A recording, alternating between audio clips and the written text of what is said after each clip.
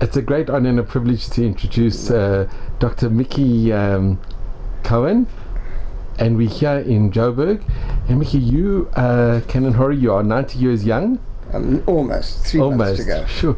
And when did you go to Wits? How old were you when you started? I was actually ready for Wits at 14. I matriculed at 14. At which school? They wouldn't accept me here at Wits. They wouldn't accept me. But what school did you go to before? Pretoria Boys High.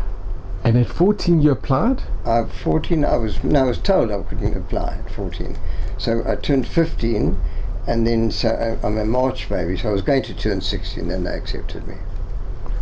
So actually started. Micky's what they call a very experienced GP, the old-fashioned GP, which was the house doctor, was a member of the family, etc. I spent country practice and he spent 30 years. 30 years as a GP, and then he specialized. When did you specialize? At the age of 49.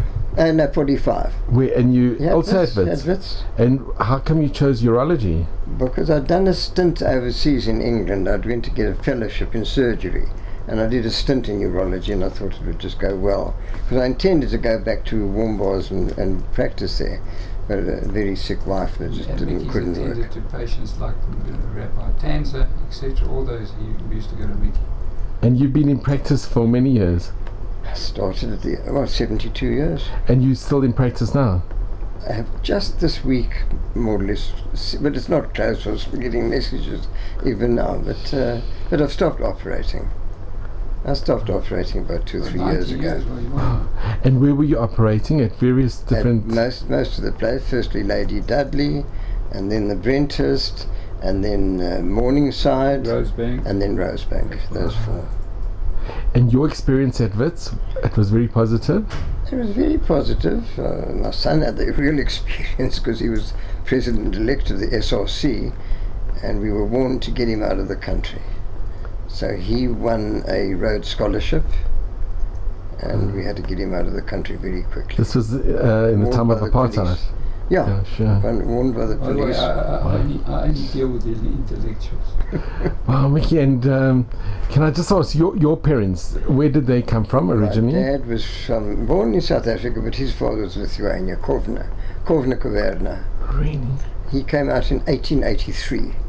And he went president of the Rowland Street School in Cape Town and all these things. And he was also a medical doctor. He went over to Liverpool for his own money. He was a barman and a hotel manager, and he saved enough to go to Israel, to England, to Liverpool, and he did an MBBS here.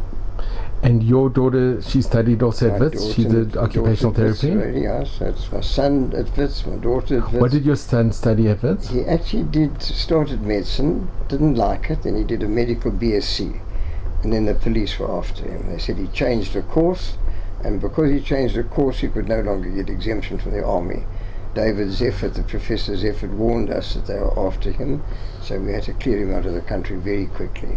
So he's actually got a Rhodes Scholarship to Oxford, and Oxford he did a PPE, Politics, Philosophy and Economics.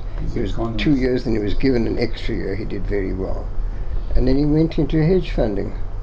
And your daughter lives in Israel? My daughter lives in Israel. I've just built her a sort of little home for her now. And now she's doing... She's the head occupational therapy at Yad Sarah, which is just opposite the Levenstown end of Ahuza Street.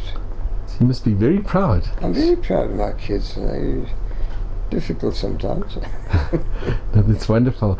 And you're happy that you chose medicine as a profession? I would not have chosen anything else. I really am very happy. But an unusual way, because going from a rural area, and you're the doctor, the dentist, the butcher, the plumber, and you have to do everything. Shemesh, you've been friends for many years? A long time. Wow. Yeah, forever. Well, look, I went back at age 45. They found it. See this? See my